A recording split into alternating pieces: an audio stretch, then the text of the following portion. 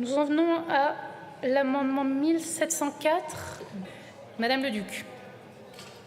Il s'agirait ici d'ajouter un principe général d'imposition en fonction de la nationalité ou d'une durée de résidence en France significative qui aurait vocation à s'appliquer à tous les impôts portant sur le revenu des personnes, y compris lorsqu'ils sont perçus dans un autre pays que la France, ce qui en ferait donc un impôt universel. Concrètement, l'administration fiscale comparerait les impôts payés par la personne à l'étranger avec le montant que celle-ci aurait dû payer si elle était restée en France et lui ferait payer la différence.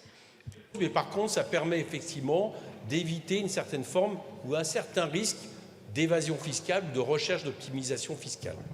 Je vous remercie. C'est un dispositif qui est équilibré, qui est fondé sur la nationalité. La nationalité donne des droits, le Rassemblement national en parle souvent, mais donne aussi des devoirs. Et dans ces devoirs, il y a le fait de payer ce qu'on doit à la nation. Donc il est normal qu'on soit lié à ces droits et à la nation toute sa vie, où qu'on aille. Et donc nous, on prend nos responsabilités, ce ne sont pas nos forces, on n'est pas de ces partis politiques, ce n'est pas notre travail, le travail est sérieux, le dispositif est sérieux, on le vote. Monsieur Vogetta. Oui, merci Madame la Présidente. Je vous avoue qu'en tant que Français de l'étranger depuis plus de 25 ans, c'est désespérant. Ce genre de discours est désespérant.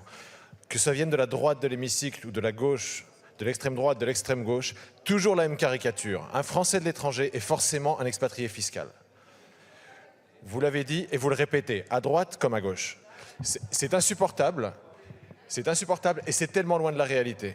Vous ne connaissez pas les Français de l'étranger, vous les méprisez en les caricaturant.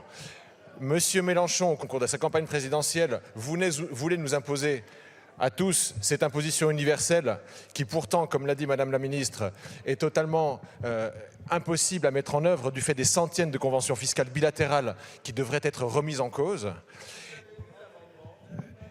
Et de votre côté, vous ne pouvez pas considérer qu'un jeune Français de moins de 30 ans part forcément à l'étranger pour des raisons fiscales. C'est une mécompréhension totale de ce qu'est la jeunesse, des raisons pour lesquelles les jeunes s'expatrient, décident d'aller tenter une expérience en Europe, à l'étranger. Et tant que vous répéterez ces arguments, nous serons là pour répéter encore et encore que vous vous mettez le doigt dans l'œil, que ces caricatures sont fausses et nous voterons contre. Je vous remercie. Nous allons passer au vote de cet amendement 1704 qui a obtenu un avis défavorable de la Commission et défavorable du gouvernement. Qui est pour? Qui est contre? Je vais devoir compter, mes chers collègues.